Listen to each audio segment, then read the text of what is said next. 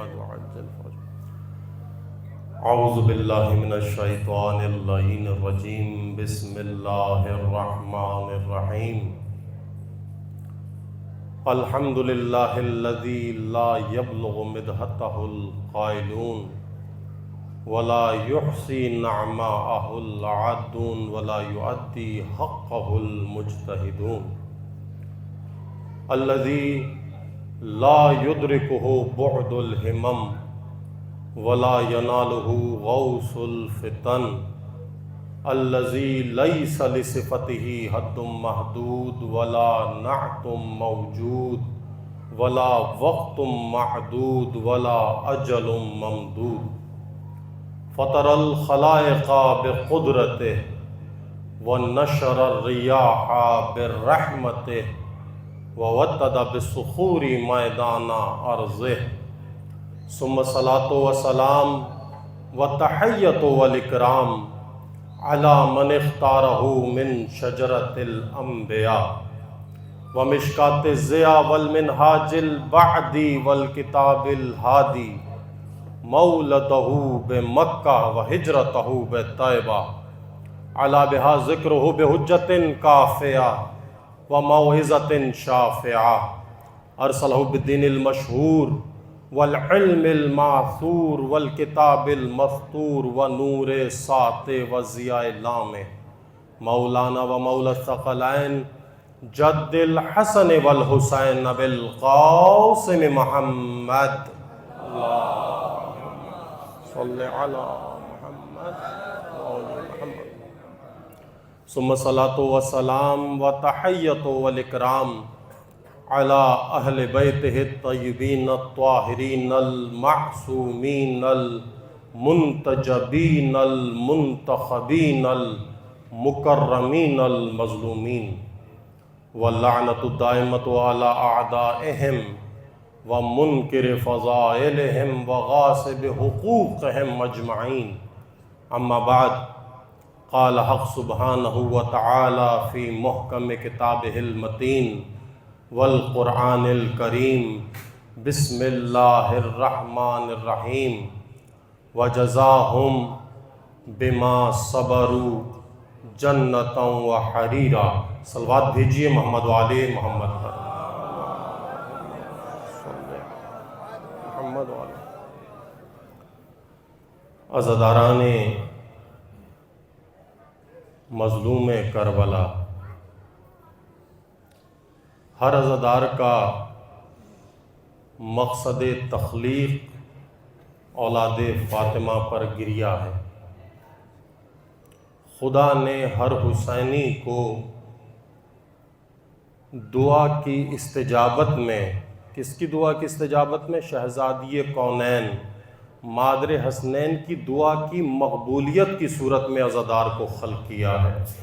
اور آپ کا ہمارا مقصد تخلیق یہ ہے کہ ہم اولاد زہرا پر گریہ کریں. وہ کریم ہیں، بے نیاز ہیں. ہم ان کی ثنا کرتے ہیں، ان کا ذکر کرتے ہیں، ان کی آل اولاد پر گریہ کرتے ہیں. تو فاطمہ کتنی بڑی کریمہ ہیں.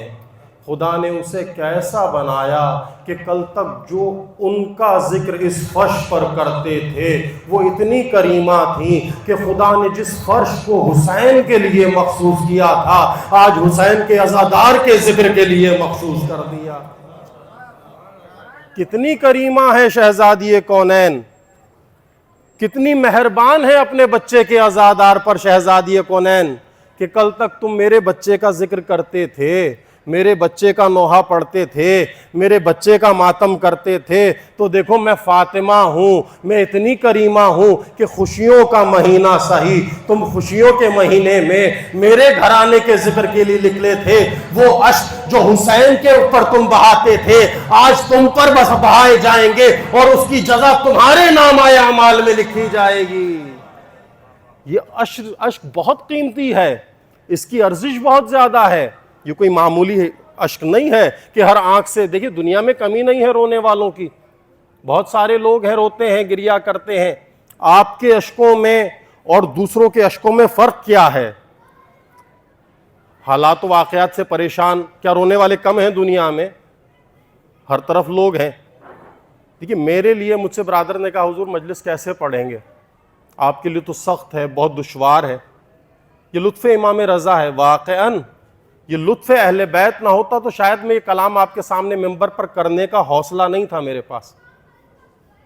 اس سال سفر میں میری والدہ کا انتقال ہوا اور میں نے مجالسوں کا سلسلہ برادران سے وعدے کیے ہوئے تھے. صبح خبر ملی 6 بجے کہ آپ کی والدہ کا انتقال ہو گیا اس کردو میں بلتستان میں. کیا آپ جائیں گے؟ برادران آئے, محبت کرنے والے, مولانا آپ چلے جائیں, آپ کی والدہ ہیں, والدہ سے بڑھ کر دنیا میں کچھ نہیں ہوتا. یہ میرے لیے امتحان تھا. مجھے ذکر حسین کرنا تھا, میں نے وعدہ کیا ہوا تھا. اب میں اس منزل پر آ کر کھڑا تھا کہ ایک طرف اولاد سیدہ ہے اور ایک طرف میری اپنی محبت ہے, دنیاوی محبت ہے, دنیاوی رشتہ ہے. میں نے کس کو چننا ہے؟ ایک لمحے کے لیے دل گھبرایا کہ نہیں معلوم میں مجلس پڑھ پاؤں گا. ماں سب سے بڑھ کر ہوتی ہے اولاد کے لیے, اس سے بڑا کوئی نہیں ہے. دنیاوی رشتوں میں سب سے مقدس, سب سے محترم ماں ہے. لیکن یہ بھی لطف امام رضا, لطف اہل بیت, اس دہلیز کی برکت کے مجھے وہ راستہ دکھایا کہ ماں کا غم دل میں دبا کر میں منبر پر جب آیا تو ذکر حسین لے کر آیا, اولاد زہرا کی مصیبت کو لے کر آیا اور میں نے مجلس پڑھی. آج بھی وہی کیفیت ہے. آج بھی مجھے چننا تھا, میں نے جان علی کا غم منانا ہے, خواجہ غازم کا غم منانا ہے, یا ذکر اہل بیت کرنا ہے. کیا منبر پر جا کر بکھر تو نہیں جاؤں گا؟ کیا میرے احساس پراکندہ تو نہیں ہو جائیں گے؟ کہیں ایسا نہ ہو مجھ سے کلام نہ ہو, کہیں ایسا نہ ہو سننے والے پریشان ہو جائیں, مولانا تو اپنا غم لے کر بیٹھ گئے, ہم نے تو سوچا تھا کہ آج ذکر اہل بیت ہوگا, مرحومیت کی مغفرت کے لیے ذکر ہوگا. یہ شخصیتیں ایسی ہیں. یہ آپ کے سامنے جو عکس ہے, ایک تصویر, زیادہ لمبی چوڑی تقریر نہیں کرتا, فضیلت بیان نہیں کرتا کہ یہ کیا تھے, کس لیول پر تھے, کس معیار پر تھے یہ حسین کے ثنا خان. یہ تصویر آپ دیکھ رہے ہیں آپ کے سامنے. مجھے نہیں معلوم کس بندے نے اسے ڈیزائن کیا ہے, کس نے بنایا ہے. جس نے بھی اسے ڈیزائن کیا ہے, جس نے بھی اسے بنایا ہے, وہ جانتا ہے, اسے خود نہیں پتا کہ اس نے کیا کام کیا ہے. جہاں سید مقاومت کی تصویر ہے, جہاں اس شخص کی تصویر ہے جو تشیع کا چہرہ بن کر اس صدی میں ابھرا ہے, اسی کے پہلو میں ان شہداء کو سجایا گیا ہے. یہ قدرت کام لے رہی ہے کہ کس سے کہاں کس کے ساتھ جوڑنا ہے, کس کے ساتھ کس کی تصویر کو ملانا ہے, کس کا کردار کس سے ملتا ہے. یہ خدا فیصلے کر رہا ہے. کہاں شہید مقاومت, کیا پہلے تدفین نہیں ہو سکتی تھی؟ کیا بعد میں نہیں ہو سکتی تھی؟ یہ آج ہی کا دن کیوں, یہی ایام کیوں منتخب کیے گئے؟ خدا جانتا تھا ان ایام میں جن کا ذکر ہو رہا ہے وہ حسین کے حقیقی عزادار ہیں. یہ حسین کے حقیقی عزاداروں سے, اس صدی کے حسین کے حقیقی عزاداروں سے جو دن منسوب کیے گئے. اب اس میں آپ کے خواجہ کاظم ہو, آپ کے جان علی ہو, زین ترابی ہو, ایک شہید باپ کا شہید بیٹا, ایک دلیر باپ کا دلیر بیٹا. زین ترابی کون؟ جو برادران جانتے ہیں وہ جانتے ہیں. میں بہت کم عرصے میں پہچانا زین ترابی کو کہ زین ترابی کون تھا. وہ عام انسان نہیں تھا, اس کے پاس فکر تھی, جینے کا مقصد تھا, جینے کا ہدف تھا, زندگی کی مسیر کو معین کیا ہوا تھا. خود کہتا تھا مولانا نہیں معلوم آج آپ سے بات کر رہا ہوں, کل میری زندگی کا اختتام نہ ہو, آخری دن نہ ہو. میں حضور ایسی باتیں کیوں؟ حضور آپ نہیں جانتے میں جس طریقے کے معاملات میں سرگرم ہوں, میں تشیع کا بہت درد رکھتا ہوں, اور اس درد کی جزا یہ ہوگی کہ خدا مجھے نعمت شہادت سے سرفراز کرے گا. جانتا تھا اپنی شہادت کو, پہچانتا تھا اپنی شہادت کو. شہادت سے چند لمحات پہلے تک بندہ حقیر ان لوگوں میں ہے کہ یہ آخری پروگرام جو ان شہداء نے پڑھا ہے خیرپور میں جا کر, میرے توسط سے یہ پروگرام ملا انہیں. میں نے گزارش کی, التجا کی, حضور یہ پروگرام پڑھ لیجئے, مولا کا جشن ہے, 2 دن مسلسل پروگرام ہے, آپ پڑھیں گے. زین ترابی کا پہلا جملہ یہ تھا, حضور قبلہ آپ نے فون کر دیا ہے, کوئی اب اس میں گنجائش نہیں رہتی, ہم ضرور یہ پروگرام پڑھیں گے. میں نے کہا نہیں, کاظم تھکا ہوا آیا ہے کربلا سے, کہیں ایسا نہ ہو وہ خستہ ہو. مومنین کی خواہش ہے کہ وہ مولا امام زمانہ کا پروگرام ہے وہ پڑھیں. حضور آپ نے کہہ دیا ہم ضرور. مسلسل 2 پروگرام تھے جن کے لیے یہاں سے تشریف لے گئے. جان علی کاظمی مسلسل رابطے میں, مسلسل باتیں کر رہا ہے مجھ سے. میں قم میں تھا, آخری دفعہ جب ہمارا کلام ہوا 3 دن پہلے میں واپس آیا ہوں. حادثے سے کچھ لمحات پہلے مجھے زین کی کال آئی, قبلہ ہم خیرپور سے محفل پڑھ کر نکل چکے ہیں، ماشاءاللہ بہت اچھا رہا، محفل بہت اچھی رہی، مولا قبول فرمائے۔ دعا کیجئے گا، آپ قم میں ہیں، شہزادی کے حرم میں دعا کیجئے گا ہمارے لیے، انشاءاللہ کل کراچی پہنچ کر بات ہوتی ہے۔ یہ پیغام اس نے خواجہ کاظم نے سلام کا۔ یہ بچے وہ تھے جو مجھ سے لکھواتے تھے، جان علی کاظمی رضوی مسلسل کلام لکھواتا تھا مجھ سے۔ میرے دل کی کیا کیفیت ہے میں نہیں بیان کر سکتا لفظوں میں، چونکہ ممبر پر ہوں تو مجھے وہ لہجہ دکھانا ہے کہ بتانا ہے شہزادی کونین کو، شہزادی آپ کے غم کے سامنے ہمارے غم کچھ نہیں ہے، ہم اس ممبر پر آئے ہیں تو آپ کی اولاد کا ذکر کرنے کے لیے۔ لیکن ہاں، یہ کتنے عقیدت مند تھے، کتنا چاہتے تھے آپ کی اولاد کو، کتنی محبت کرتے تھے آپ کی اولاد سے۔ واللہ باللہ ممبر پر موجود ہوں اور بیٹھ کر یہ بات کر رہا ہوں، میں نے بڑے بڑے ثنا خانوں کو دیکھا ہے، بڑے بڑے ثنا خانوں سے میرا اٹھنا بیٹھنا ملنا جلنا رہا ہے۔ دنیا داری ہر ایک میں ہوتی ہے۔ بھائی میں یہاں سے 6 گھنٹے کی مسافت پہ جا رہا ہوں رضوان بھائی، مجھے ملے گا کیا؟ میں یہ ذکر کرنے جا رہا ہوں، میں یہ مجلس پڑھنے جا رہا ہوں، مجھے دیں گے کیا؟ جان علی رضوی کون، کس معیار پر تھا یہ سید زادہ؟ یہ ذکر کو اپنے اجداد کا ذکر سمجھتا تھا۔ قبلہ مجھے بلایا جا رہا ہے، یہی میرے لیے سعادت ہے۔ میں نے کہا نہیں جان بھائی آپ بتائیے، آپ کا جو حق زحمت بنتا ہے میں بانیان سے گفتگو کروں گا، بات کروں گا۔ نہیں قبلہ میرے لیے یہی بہت بڑی سعادت ہے کہ میں جشن پڑھنے جا رہا ہوں، میں اپنے اجداد کا ذکر کرنے جا رہا ہوں۔ یہ سوچ ہے، سادات کو اپنا جد سمجھنا، ذکر کو اپنے گھر کا ذکر سمجھنا۔ یہ خلوص کہاں ہے آج کے معاشرے میں؟ کیوں اٹھا لیا اس نوجوانی میں، اس بچپنے میں اس ننھے ثنا خان کو مولا نے؟ کیوں نہیں رکھا؟ شاید یہ اس معاشرے کے لائق نہیں تھے جس معاشرے میں یہ جی رہے تھے۔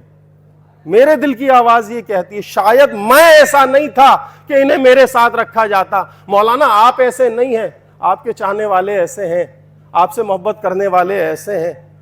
یہ ذخیرہ الہی تھے، خدا کا خزانہ تھا۔ خدا نے دکھانے کے لیے کہ بڈھوں کے جنازوں میں، بوڑھوں کے جنازوں میں جتنا ہجوم نہیں آتا، وہ 13 سال کے جنازے میں جمع کر کے دکھا دیا کہ علی کی راہ پر چلو گے تو کائنات تمہارے ساتھ جڑ جائے گی۔ خدا نے دکھا دیا۔ بزرگی میں 80 سال کی عمر، 90 سال کی عمر جی جائے بندہ، دنیا سے جاتا ہے، 12 سے 13 لوگ تابوت اٹھا رہے ہوتے ہیں، گریا کرنے والے ہوتے ہیں۔ 13 برس کے سن میں ایک نوجوان، کم سن ابھی بالغ بھی نہیں ہوا، اس سال روزے رکھنے تھے خواجہ نے، ہاں اٹھایا تابوت، کس انداز سے اٹھایا؟ تاریخ بلتستان میں شاید کسی بڑے سے بڑے عالم کا جنازہ اس شان و شوکت سے نہیں اٹھا۔ اس طریقے سے گریا جتنا جان علی پر رویا جا رہا ہے، بڑے سے بڑے لوگ دنیا سے گزرے ہیں، علماء گزرے ہیں، بڑے بڑے نامور شخصیات گزری ہیں، کسی کا جنازہ اتنا شان و شوکت سے نہیں اٹھا، اتنا غم کسی کا نہیں منایا گیا۔ کیوں؟ قدرت کچھ بتانا چاہتی ہے۔ اگر جینا چاہتے ہو تو اس انداز سے جیو، علی والے بن کر جیو، علی کے راہ پر نکلے ہو تو یہ بھول جاؤ کہ علی کی دولت، عشق علی سب سے بڑی سعادت ہے، سب سے بڑی دولت ہے، دنیا کے لیے بھی آخرت کے لیے بھی۔ یہ کائنات بھی آپ کی سنور جائے گی، وہ عالم بھی آپ کا سنور جائے گا۔ اس در سے مخلص ہو جاؤ، اس در سے جڑ جاؤ۔ کیوں؟ مدح علی میں 4 مصرے میں ان شہداء کے لیے کہ اس عالم میں بھی فائدے میں تھے، اس عالم میں بھی فائدے میں ہے، جو ان کے راستے پر چلے گا وہ اس دنیا میں بھی فائدے میں ہے، اس دنیا میں، اس عالم میں بھی فائدے میں۔ مدح علی میں اپنی زباں کھولتا رہا۔ یہ 4 شعرا، 4 مدح خان، 4 ثنا خان، یہ ثنا خانوں کو لے کر گھومنے والا، ان کو لے جا کر محفلیں پڑھوانے والا زین ترابی، یہ کس معیار پر تھے؟ یہ کیا کام کر رہے تھے؟ مدح علی میں اپنی زباں کھولتا رہا، مدح علی میں اپنی زباں کھولتا رہا، ہر لفظ موتیوں میں خدا تولتا رہا۔ یہ دنیا میں انہیں پذیرائی مل رہی تھی، یہ دنیا میں انہیں نعمتیں عطا ہو رہی تھی کہ انہیں سر آنکھوں پر بٹھایا جاتا تھا، انہیں جیسا چاہیں یہ ویسی غذا کھلائی جاتی تھی، جیسا چاہیں آرام دیا جاتا تھا، ان کی خواہشات کو پورا کرنا سعادت سمجھا جاتا تھا۔ مدح علی میں اپنی زباں کھولتا رہا، ہر لفظ موتیوں میں خدا تولتا رہا، کرتے رہے سوال نکیرین قبر میں چپ رہا، یہ عشق ولا بولتا رہا۔ یا علی سلامت رہے۔ جن کی قبر میں عشق جواب دے، وہاں پروانے منڈلاتے ہیں، وہاں ہجوم ہوتا ہے، عشق جواب دے رہا ہے، مدح علی میں اپنی زباں کھولتا رہا، ہر لفظ موتیوں میں خدا تولتا رہا، کرتے رہے سوال نکیرین قبر میں چپ رہا، یہ عشق ولا بولتا رہا، یہ عشق ولا بولے قبر میں۔ اعمال ایسے ہوں کہ آپ کو زحمت زبان ہلانی نہ پڑے، آپ کا عشق جواب دے کہ علی کا چاہنے والا قبر میں اتارا جا رہا ہے۔ معیار زندگی ایسی ہو، روش زندگی ایسی ہو، خیال ہو، ذکر کے تقدس کا خیال ہو، ضروری ہے پہچانیے، اپنے آپ کو پہچانیے، اس ذکر کو وسیلہ بنائیں گے ان کے درجات میں بلندی کے لیے۔ ہم نے ذکر کرنا ہے ذکر اہل بیت کا۔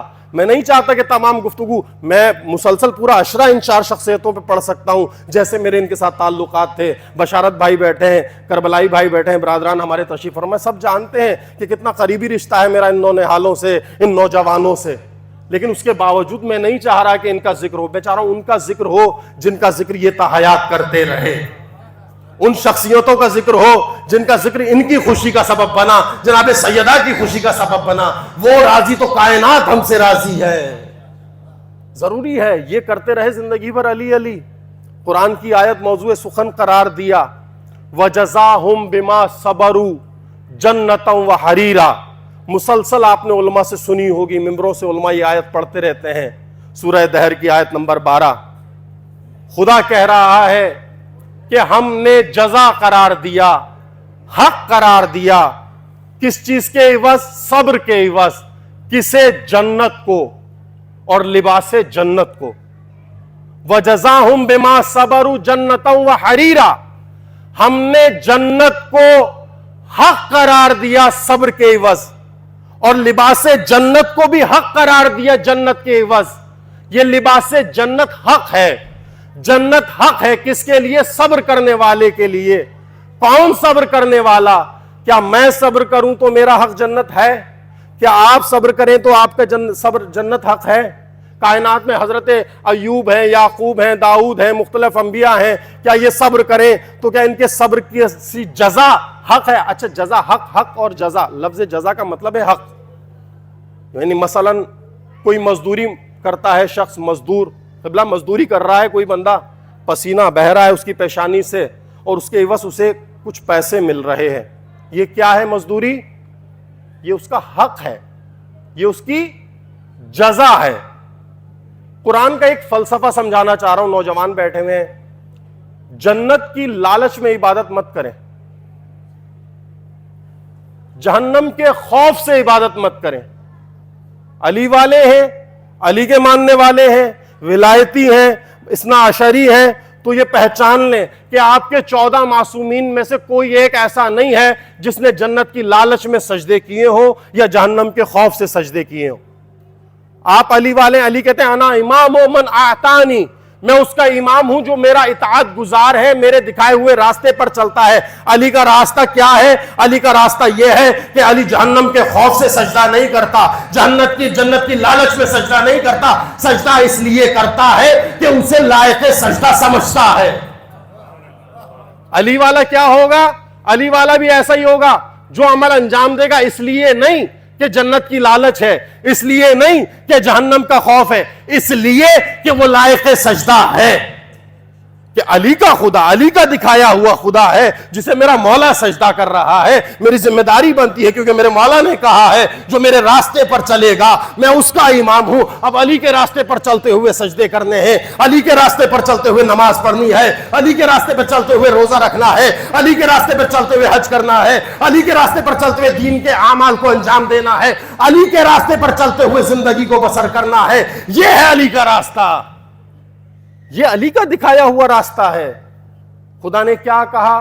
میں نے کہا جنت کی لالچ میں نہ کریں، جہنم کے خوف سے نہ کریں۔ اور خدا قرآن میں کہہ رہا ہے، سورہ دہر میں کیا کہہ رہا ہے؟ کہ ہم نے وَجَزَاهُمْ بِمَا صَبَرُوا، صبر کے عوض جنت قرار دیا۔ کسے؟ جزا قرار دیا۔ کس کے لیے؟ شہزادی کونین کے لیے۔ جائیں، بڑے سے بڑے علماء نے لکھا، پڑھیں، تفسیر پڑھیں اس آیت کی تفسیر، یہ شان نزول کیا ہے، کون سا صبر تھا کہ خدا نے جنت دی۔ اچھا قرآن کریم میں 2 پہلو ہیں، 2 دور ہیں کہہ لیجئے، آسان لفظوں میں سماتا چلوں۔ نعمت اور جزا۔ ایک ہے فلسفہ عطا اور ایک فلسفہ جزا.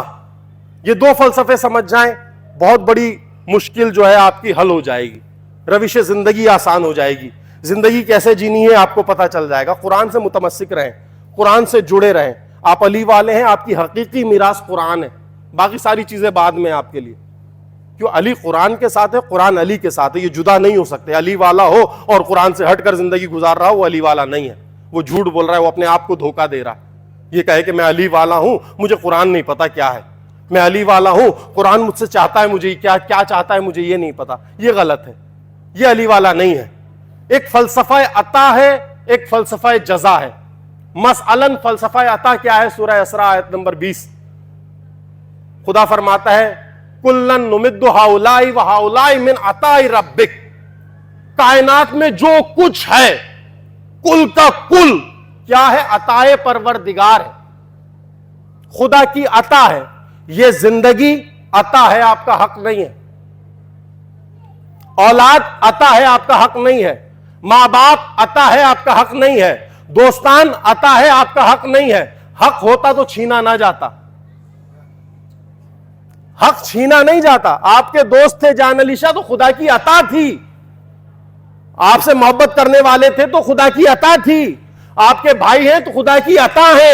آپ کی ماں ہے تو خدا کی عطا ہے. آپ کا باپ ہے تو خدا کی عطا ہے. آپ کے سر پر اگر چھت ہے تو خدا کی عطا ہے. آپ اگر لقمے کھا رہے ہیں خدا کی عطا ہے. یہ عطائے پروردگار ہے. کائنات میں جو کچھ ہے خدا کی عطا ہے, آپ کا حق نہیں ہے. یہ اس کی بے نیازی ہے, اس کی کریمی ہے کہ وہ اپنی خلقت پر اتنا مہربان ہے کہ اسے دے رہا ہے. یہ بارش عطا ہے. کائنات میں جو کچھ ہے عطائے پروردگار ہے. کوئی بندہ کائنات کا یہ دعویٰ نہیں کر سکتا میں نماز پڑھتا ہوں اس لیے میرا یہ 4 منزلہ گھر ہے, میں روزے رکھتا ہوں اس لیے مجھے یہ امام بارگاہ ملا ہوا ہے, میں عزاداری کرتا ہوں کہ شہزادی نے مجھے حق نہیں. حق کسی کا نہیں ہے, سب عطائے پروردگار ہے. حق وہ ہے کہ جو تم نے خود بویا ہے اور خود کاٹو گے. تم نے کیا بویا, تم نے کیا کاٹا, تمہارے ہاتھ میں. تم اپنا حق خود لے کر آئے ہو. باقی جو کچھ مل رہا ہے عطائے پروردگار ہے. گندم بوؤ گے تو گندم کاٹو گے. جو بیج بونا ہے وہی کاٹنا ہے, وہ تمہارا حق ہے. تم نے محنت کر کے حاصل کیا ہے, اسے تم سے جدا نہیں کیا جائے گا. اب تمہاری مرضی ہے, جو کاشت کرو. اب تم یہ زبان ہے نا, ذکر, آپ کی مرضی. خدا نے کہا تم جو بولو گے وہی قبول کیا جائے گا. اب تمہاری مرضی ہے علی کی ثنا کرو یا دشمن علی کا ذکر کرو. تم خود لکھ رہے ہو اپنی تاریخ, اپنا حق خود معین کر رہے ہو. میں نے کائنات میں جو کچھ ہے عطائے پروردگار. جنت کیا؟ خدا نے کہا حق ہے. کس کے لیے؟ میں نے کہا شہزادی کونین کے لیے. یعنی کوئی نبی یہ دعویٰ نہیں کر سکتا کہ جنت میرا حق ہے. بہت بڑی بات کر رہا ہوں, ممبر پر معصوم ہے نبی, عصمت کے منزل پر منصب پر فائز, خدا کے نمائندے, توحید کے عدل کو کائنات کے لیے بتانے والے. لیکن کوئی نبی یہ نہیں کہہ سکتا کہ جنت میرا حق ہے. جنت عطا ہے نبیوں کے لیے بھی. کس کی عطا؟ مادر حسنین کی عطا, وہ جسے چاہے عطا کرے. کیونکہ حق ہے فاطمہ کا جنت. نبیوں کے لیے عطا, فاطمہ کے لیے حق. اگر نبیوں کے لیے عطا نہ ہوتی, حق ہوتا, تو آدم کا حق بنتا تھا, جنت سے نکالا نہ جاتا. اگر نبیوں کے لیے جنت حق ہوتی تو آدم کو جنت سے نکالا نہ جاتا. اگر سجدوں کے بدلے جنت پکی ہوتی تو شیطان کو بے دخل نہ کیا جاتا. پہچانیے, اعمال اور ہیں, جنت اور ہے. جنت خدا کی رضا کا نام نہیں ہے, جنت فاطمہ کی رضا کا نام ہے. جنت فاطمہ کی رضا. صلوات بھیجیے, سبیل دیجیے, سبیل دیجیے.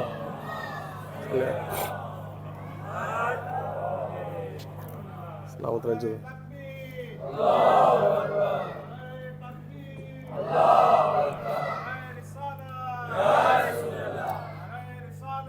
یا رسول اللہ, یا علی, یا علی, اللہم صلی علی محمد و آل محمد وعجل فرجہ. جنت شہزادی کی عطا کا نام ہے، کیونکہ شہزادی کا حق قرار دیا قرآن نے. فاطمہ کے لیے حق ہے جنت، اس کے صبر کی جزا. فاطمہ کا حق جنت. اب فاطمہ کی مرضی، جسے چاہے جنت عطا کرے، جسے چاہے جہنم عطا کرے. یہ گھرانہ ہے ہی ایسا. خدا نے کہا سب کچھ میری عطا ہے، لیکن یہ جنت نبی بھی ہے تو فاطمہ کے اذن کے بغیر. بھائی کیا تھا؟ آدم قرآن پڑھتے ہیں، صبح شام قرآن پڑھتے ہیں. کیا ہوا تھا آدم کے ساتھ؟ حوا اور آدم کو جنت میں بھیجا گیا تھا، جاؤ جنت گھماؤ، اے جبرائیل جاؤ انہیں جنت دکھاؤ، بہشت کے باغات دکھاؤ، نہریں دکھاؤ. آدم نکلے تھے حوا کو لے کر جبرائیل کے ہمراہ. کیا آواز آئی تھی؟ آواز آئی تھی لا تقربا ہذہ الشجرۃ، اے آدم اس جنت کے اس درخت کے قریب مت جانا. اس درخت کے قریب حق ہوتا بھائی میری میراث ہے، میرے باغ میں گھومنے سے مجھے کون روک سکتا ہے؟ تو پتا چلا آدم پر یہ پابندی بتا رہی ہے کہ آدم کا حق نہیں ہے. آدم یہاں ساکن ہے، حاکم نہیں ہے. آدم یہاں ساکن ہے، حاکم نہیں. حاکم ہوتا تو پابندی نہ لگتی. اور یہ لفظ جنت کہا خدا نے، جنتاً و حریرا. جنت کسے کہتے ہیں؟ طلاب بیٹھے ہوئے ہیں، علماء بیٹھے ہوئے ہیں، فیلڈ سے جڑے ہوئے، مکتب قرآنی سے جڑے ہوئے لوگ. قبلہ جنت کسے کہ خدا کہہ سکتا تھا بہشتاً و حریرا، خدا کہہ سکتا تھا خلداً و حریرا، خدا کہہ سکتا تھا کوئی 70 نام ہے جنت کے، خدا لے سکتا تھا. فرادیساً و حریرا، جنت فردوساً و حریرا کہہ سکتا تھا خدا. خدا نے نہیں کہا. خدا نے جنت لفظ استعمال کیوں کیا؟ جنت کسے کہتے ہیں؟ اب چاہے اس اعتبار سے دیکھے کہ خدا دنیا کی بات کر رہا ہے یا خدا آخرت کی بات کر رہا ہے، جائیں لغات اٹھائیں دیکھیں کہ اس جنت کا مطلب کیا ہے. خدا کہ جنت کہتے ہیں عربی زبان میں اس باغ کو جس میں تمام آسائشیں ہو. باغ کو جنت کہا جاتا ہے جس میں پانی بھی ہو، غذا بھی ہو. خدا کہہ رہا ہے میں نے جنت فاطمہ کو دی، یعنی میں نے باغ فاطمہ کو دیا. اب باغ چاہے دنیا میں ہو تب بھی فاطمہ کا ہے، جنت ہو تب بھی فاطمہ کا ہے. جنت لفظ استعمال کیا خدا نے. جنت کہتے ہیں باغ کو جس میں آسائشیں ہوں. اب دنیاوی اعتبار سے باغ دیکھیں تو جب بھی تب بھی فاطمہ کا بنتا ہے. اخروی اعتبار سے دیکھیں، عالم بقا کے اعتبار سے دیکھیں تو تب بھی مالک ہے، یعنی حق ہے فاطمہ کا، حاکم فاطمہ ہے، اختیار فاطمہ کا چلے گا. اب سردار کون بنے گا؟ اب دنیا میں ہو تب بھی باغ فاطمہ کی اولاد کا ہے، آخرت میں ہو تب بھی فاطمہ کی اولاد کا ہے. وہاں بھی سرداری ان کی ہے، یہاں بھی سرداری اولاد سیدہ کی ہے.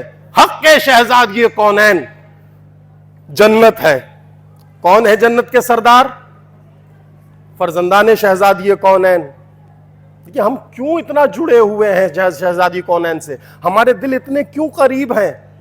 ایام عزا نہیں ہوتے پھر بھی ہم فرش بچھاتے ہیں، پھر بھی ہم حسین کا ذکر کرتے ہیں. 4 موالی جمع ہو جائیں، 4 مولا کے ماننے والے جمع ہو جائیں، بھائی کوئی منقبت سنا دو، کوئی سلام سنا دو، کوئی نوحہ سنا دو. قبلہ ایسا ہی ماحول ہے ہمارا. کیوں؟ وجہ کیا ہے؟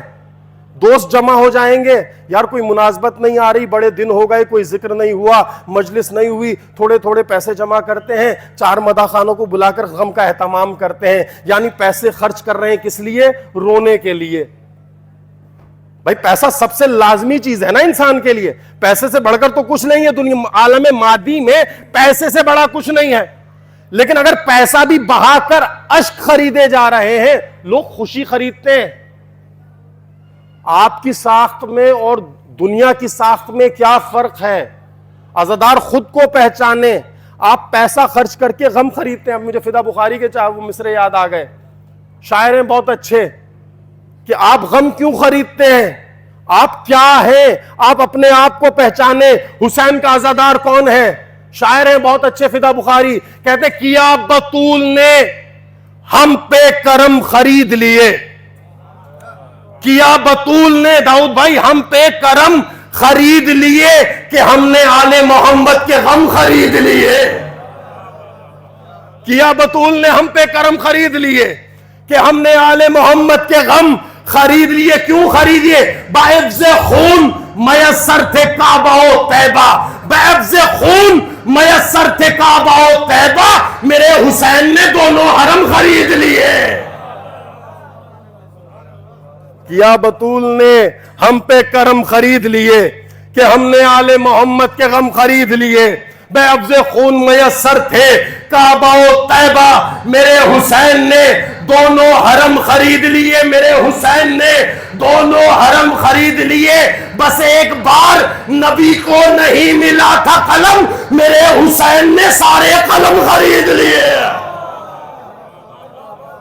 سلامت رہیں، آباد رہیں، سلامت رہیں. یہ ہے فلسفہ. پہچانیے خود کو، پہچانیے اب کس در سے جڑے ہوئے.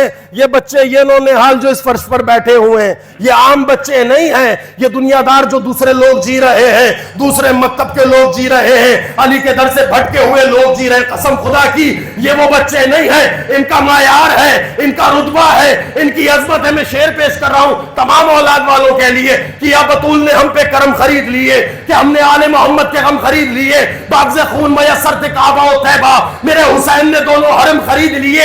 بس ایک بار نبی کو نہیں ملا تھا قلم، میرے حسین نے سارے قلم خرید لیے. میرے حسین نے، رضوان بھائی، سارے قلم خرید لیے. انہیں جو ہم نے محرم میں جیب خرچ دیا، انہیں جو ہم نے محرم میں جیب خرچ دیا، ہمارے بچوں نے جا کر علم خرید لیے. سلامت رہے، آباد رہے، سلامت رہے. انہیں جو ہم نے محرم میں جیب خرچ دیا، ہمارے بچوں نے جا کر علم خرید لیے. تب جا کر بنتے ہیں بچے خواجہ کاظم جیسے، تب بنتے ہیں نوجوان جان علی جیسے، تب بنتے ہیں خواجہ ندیم جیسے، تب بنتے ہیں زین ترابی جیسے. معیار تربیت کرنی پڑتی ہے تب یہ پھول کھلتے ہیں آنگن میں. ایسے ہی کوئی جنم نہیں لیتا. ہمارے مکتب کے بچے باعظمت ہیں، تربیت کریں. یہ ہیرے ہیں جو اہل بیت کے عطا کردہ ہیں. آپ کی ہماری ذمہ داری ان کی تربیت ہے. انہیں نکھارنا، انہیں سنوارنا، انہیں وہ پلیٹ فارم دینا. اس ذکر سے جوڑیں، اس فلسفے سے جوڑیں. علیہ السلام بننا بہت آسان ہے، مشکل نہیں ہے. علیہ السلام بننا بہت آسان ہے. لوگ رضی اللہ بنانے کے لیے پاگل ہوئے ہوئے. آپ کے پاس پلیٹ فارم ہے علیہ السلام بنانے کا، لیکن آپ چاہ نہیں رہے کیسے بنا جائے. کون تھا جون؟ کسی نبی کا بیٹا تھا، کوئی امام تھا. کیا کہتے ہیں آپ؟ ایک حبش کا کالا تھا. کیا کہتے ہیں؟ علیہ السلام. جون علیہ السلام، حر علیہ السلام. مشکل کام تو نہیں ہے بننا. ہاں، عمار کون تھے؟ علیہ السلام. مالک اشتر کون؟ علیہ السلام. ابو ذر غفاری کون؟ علیہ السلام. کیوں علیہ السلام؟ پہچان گئے تھے کہ ہم کس مکتب پر ہیں. پہچان گئے تھے خدا نے کس کی ولایت پر ہمیں پیدا کیا ہے. پہچان گئے تھے. علیہ السلام بننا بہت آسان ہے، بہت آسان ہے. اپنی معرفت حاصل کر لو، علیہ السلام بن جاؤ گے. آپ کو یہ پتا چل جائے کہ آپ کون ہو، آپ علیہ السلام بن جاؤ گے. کوئی بڑا لمبا چوڑا کام نہیں ہے. بس یہ پتا چل جائے کہ کون علی، کہ جس کی محبت میرے دل میں ہے، اس کا راستہ. یہ کوئی میں سرپر امامہ ہے آپ کو خوش کرنے کے لیے باتیں نہیں کر رہا کہ مولانا منبر پر آ کر ہمیں تو سند دے رہے ہیں. حضور حقیقت بیان کر رہا ہوں. علیہ السلام بننا بہت آسان ہے. علی کے راستے کو اپنائیں، حسین کے راستے کو. حسین نے بنا کر دکھا. حر کیا تھا؟ کون تھا حر؟ پہلا لجام فرس پر ہاتھ ڈالنے والا. آپ دیکھیں کربلا کا مرکزی کردار ہے.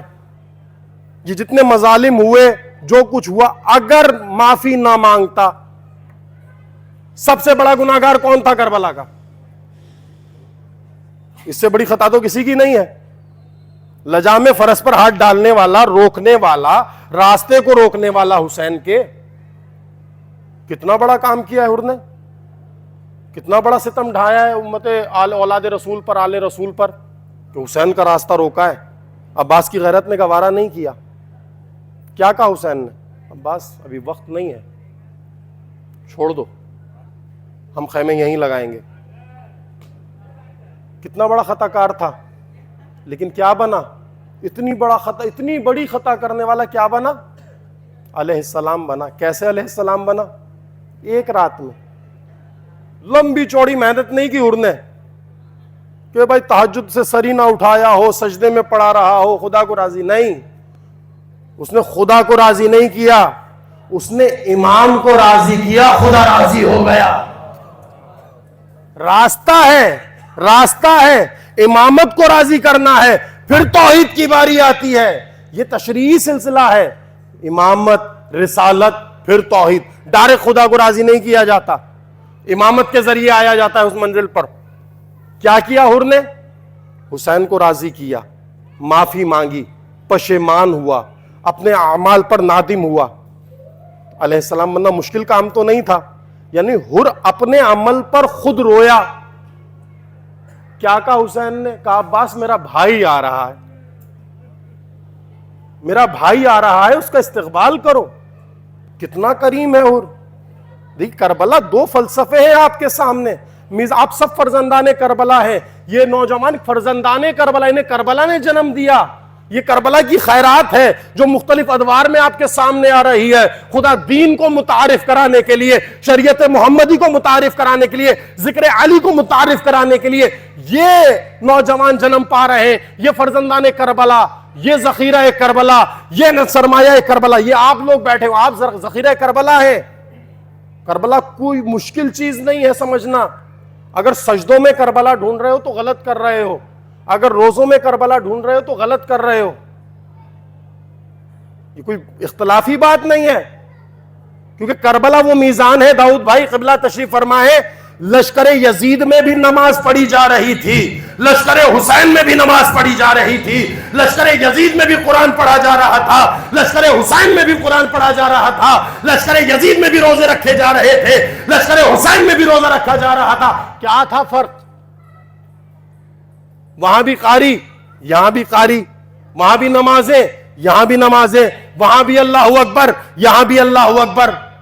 سب کچھ تھا تو کچھ تو ہے جو ادھر نہیں ہے، ادھر ہے، ادھر ہے، ادھر نہیں ہے.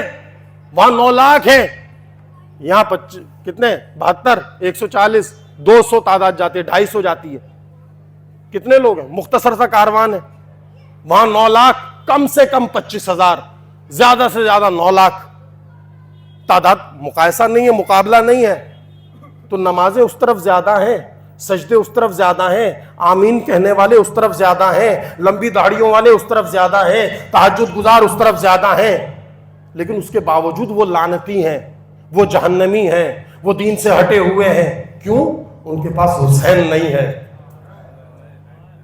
نماز ہے، روزہ ہے، قرآن ہے، حسین نہیں ہے. یہاں کیا ہے؟ یہاں پانی تک میسر نہیں ہے، یہاں پریشانی ہے، یہاں مصائب ہیں، یہاں آلام ہیں، یہاں مصیبتیں ہیں، لیکن سب پر راضی ہے. کیوں؟ حسین موجود ہے. یعنی تکالیف ہیں، سب کچھ ہے، پریشانیاں ہیں، دودھ خشک ہو گئے ماؤں کے، لیکن حسین ساتھ ہے، مطمئن ہے. یہ رتبہ، یہ عظمت. وہاں سب کچھ ہے، پانی بھی ہے، غذا بھی ہے، درہم و دینار بھی ہے، رتبہ و منصب بھی ہے، جاہ و جلالت بھی ہے، دنیاوی ہر نعمت ہے، لیکن حسین نہیں ہے. 4 مصرے سنا رہا ہوں اور اس کے بعد میں گفتگو سمیٹتے ہوئے نتیجہ پیش کر رہا ہوں کہ آپ رضی اللہ بن سکتے ہو، آپ علیہ السلام بن سکتے ہو. اپنے آپ کو حسین کے در پر لاؤ، جس حر بننے کی کوشش کریں کہ ندامت کے آنسو آنکھوں میں آئیں. بہت آسان ہے حر بننا. جناب عمار یاسر مقصی لیا کے ہمارے بہت اچھے دوست شاعر، 4 مصرے ان کے. کیا تھا کربلا میں؟ ادھر بھی تھے کلمہ گو، ادھر بھی کلمہ گو، ادھر بھی نمازی، ادھر بھی نمازی، ادھر بھی روزے دار، ادھر بھی روزے دار، ادھر تہجد گزار، ادھر بھی تہجد گزار. فرق کیا تھا؟ فرق فقط اتنا تھا. کیا کہا 4 مصرے؟ توجہ چاہوں گا، آخری آدمی تک نتیجہ پیش کر رہا ہوں آج کی مجلس کا. کیا عظمت پائی ہے ان عزاداروں نے، کیا عظمت پائی ہے ان شہیدوں نے کہ حسین سے خود کو جوڑ لیا، یہ عروج مل گیا. کہا ادھر جو ہے وہ نبی کے گھرانے والے ہیں. فرق کیا ہے رضوان بھائی؟ ادھر جو ہے وہ نبی کے گھرانے والے ہیں فدا بھائی، ادھر جو ہے وہ کلیجہ چبانے والے ہیں. زیادہ فرق نہیں ہے، پہچانیے. ادھر بھی ہیں، ادھر بھی ہیں، ایک جیسے بظاہر دکھنے میں، لیکن فرق کیا ہے؟ بہت بڑا فرق ہے. ادھر جو ہے اب دعویٰ یہ تھا، حضور یزید کی بیعت کر لی ہے، صحابہ نے بیعت کر لی ہے. جب صحابیوں نے بیعت کر لی تو اس مختصر سے لشکر کو حق نہیں ہے کہ یہ قیام کرے، انہیں بھی چاہیے بیعت. نہیں، وہ صحابی نہیں ہے جو یزید کی بیعت کر لے، وہ صحابی نہیں ہو سکتا. صحابی کا معیار کربلا بتائے گی. کیا ادھر جو ہے وہ نبی کے گھرانے والے ہیں، ادھر جو ہیں وہ کلیجہ چبانے والے ہیں۔ صحابہ کیسے علیہ السلام بنتے ہیں؟ حسین حر کو بنا کر دکھانے والے۔ صحابہ کیسے علیہ السلام بنتے ہیں؟ حسین حر کو بنا کر دکھانے والے ہیں۔ حسین نے حر کو بنا کر دکھایا کہ صحابی علیہ السلام کیسے بنتا ہے۔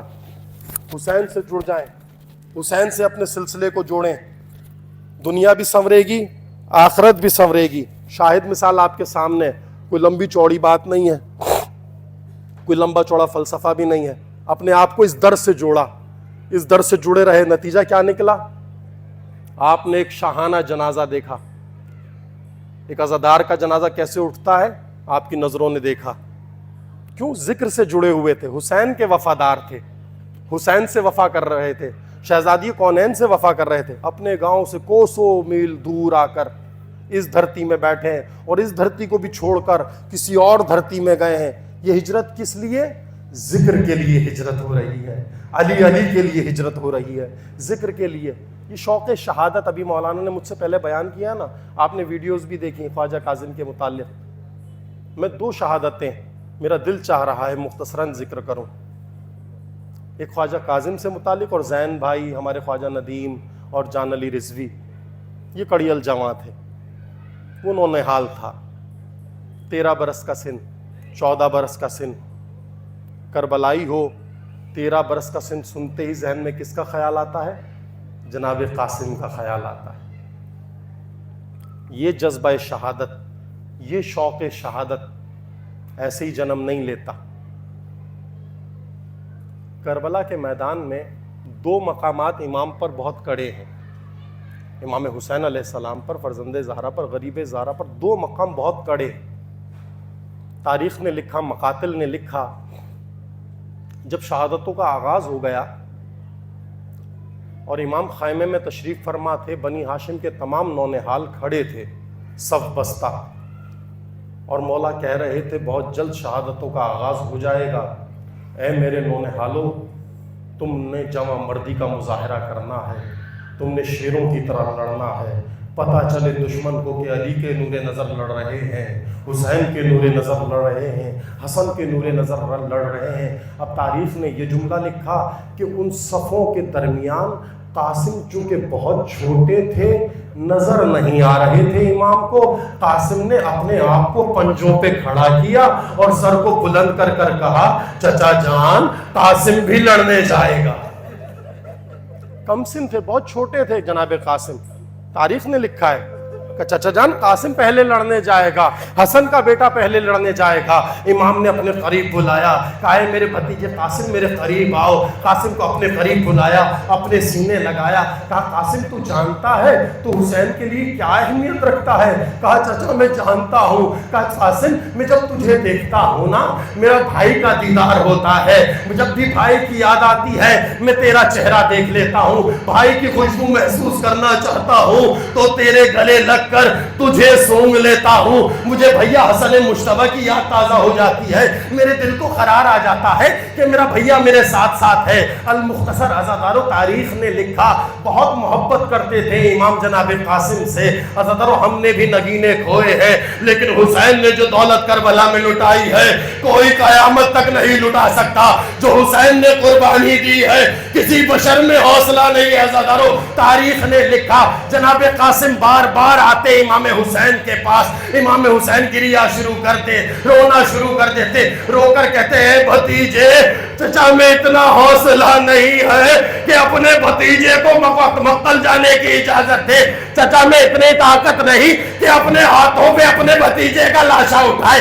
المختصر عزادارو تاریخ نے لکھا لاشیں آتے رہے، حسین مقتل سے لاشیں لاتے رہے، قاسم بار بار آتے، چچا جان اب مجھے اجازت دے دو، چچا جان مجھے اب لڑنے کی اجازت دے دو، اب قاسم سے رہا نہیں جاتا، چچا جان اجازت دے دو۔ المختصر عزادارو امام نے اپنے قریب بلایا قاسم کو، بلانے کے بعد جملہ پوچھا قاسم تیرے نزدیک موت کیسی ہے؟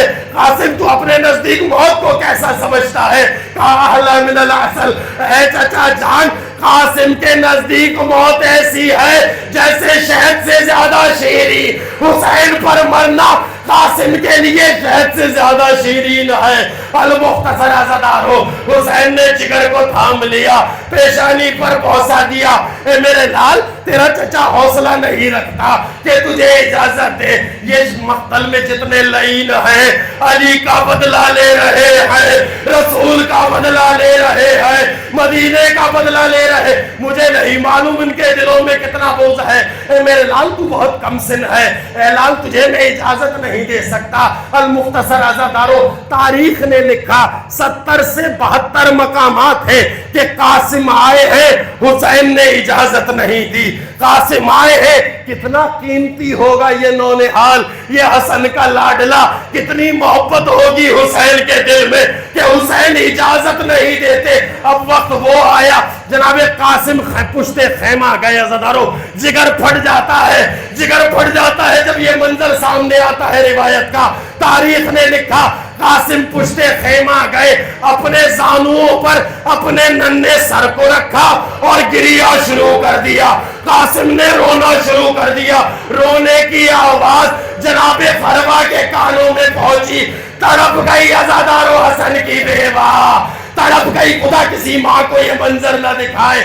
دوڑتی ہوئی آئی، پشت خیمہ آ کر دیکھا تو کیا دیکھا؟ قاسم اپنے زانوؤں پر سر کو جھکائے، رو رو کر کہہ رہے تھے بابا آج قاسم کو یتیمی کا احساس ہو رہا، بابا آج قاسم کو یتیمی کا احساس ہو رہا ہے، بابا آج آپ ہوتے تو آج مقتل میں جانے سے قاسم کو کوئی نہ روکتا۔ عزادارو، اتنا کہنا تھا، ام فروا نے جگر کو تھام لیا، روتے ہوئے قاسم کو سینے لگایا، جناب زینب کے قریب آئی، کہا اے علی کی شہزادی میرا بچہ مر جائے گا، یہ فراق اسے مار دے گا، یہ درد اسے مار دے گا، میرا بچہ میدان جانا چاہتا ہے۔ اے شہزادی فاطمہ کی لاڈلی، یہ تحفہ حسن کا قبول کرے، اسے راہ خدا میں قربان کرے۔ المختصر عزادارو، حسین نے قاسم کو اجازت دی۔ تاریخ نے لکھا، میں نے کہا نا 2 جنازے حسین کے لیے بہت سخت تھے۔ ایک جنازہ اس گلبدن کا جنازہ تھا، حسین نے راہوار پر سوار کیا۔ اب تاریخ نے یہ لکھا کہ حسین نے جب راہوار پر سوار کیا ہے نا اس ننھے شہزادے کو، تو نالین رکاب میں نہ آئی، رکاب کے اور نالین کے مابین فاصلہ رہ گیا، کم سن تھا، بہت چھوٹا تھا۔ اب تاریخ نے لکھا کہ کوئی زرہ ایسی نہ تھی جو قاسم کے بدن پر پوری آتی۔ اب غیظ میں آیا حسن کا لال، کہا چچا جان میری رگوں میں خون حسن مشتبہ ہے، میں لشکر شام کو بتاؤں گا، میں حسن کا نور نظر ہوں، میں حسن کا بیٹا ہوں، مجھے زرہ کی ضرورت نہیں، مجھے راہوار کی ضرورت نہیں۔ شمشیر لی اس نونہال نے۔ اب تاریخ نے لکھا کتنا کم سن تھا عزادارو، آپ نے بھی کم سن کا جنازہ اٹھایا، ہجوم آیا، حادثہ بہت بڑا تھا، لیکن تاریخ نے یہ بھی لکھا عزادارو یہ سانحہ کربلا کا ایسا تھا، جب سانحہ رونما ہوا بچے کے لبوں سے ایک صدا آئی، اماں قاسم گر گیا۔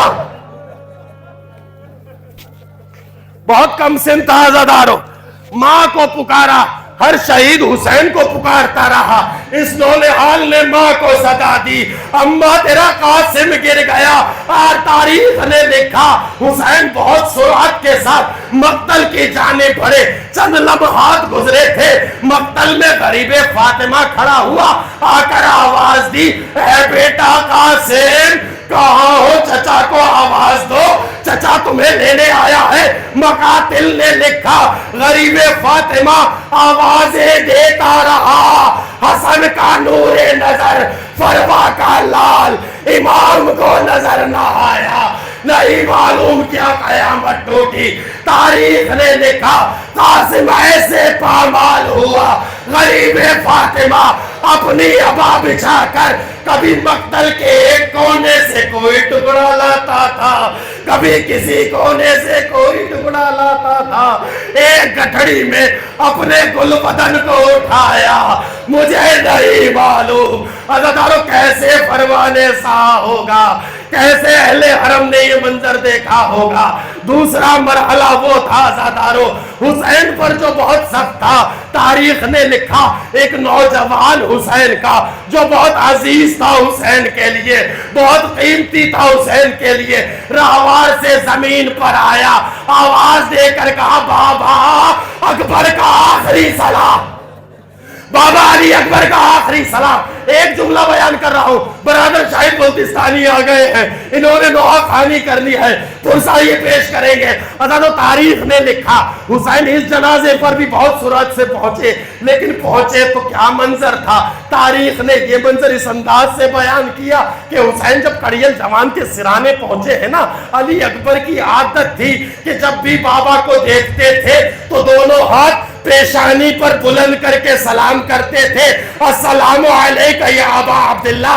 آج سلام کی کیفیت بدل گئی، حسین تڑپ گیا عزادارو، اکبر کا ایک ہاتھ جگر پر تھا، ایک پیشانی پر تھا، آواز دے کر کہا بابا علی اکبر کا سلام۔ حسین نے رو کر کہا اے علی اکبر، ہمیشہ دونوں ہاتھوں سے اپنے بابا کو سلام کیا، آج ایک ہاتھ سینے پر ہے، ایک پیشانی پر ہے۔ رو کر اکبر نے کہا بابا اکبر کے جگر کا زخم حسین سے بردہ۔ اللہ